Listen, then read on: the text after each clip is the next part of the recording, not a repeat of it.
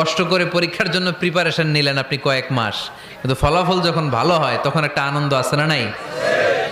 সারাদিন রোজা রাখলেন রমজানে, কি কষ্ট, তৃষ্ণায় গলা ফেটে যায়, কিন্তু ইফতারির সময় যখন রুহাবজা শরবতটা খাই কেমন লাগে?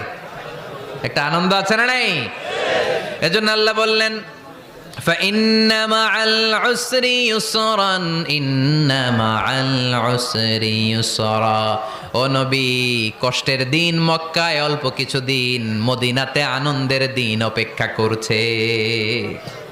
আমাদের জীবনে যদি দুঃখ কষ্ট আসে আমরা ধৈর্য ধরবো, তাওয়াক্কুল করবো একজনের উপর, তিনি কে?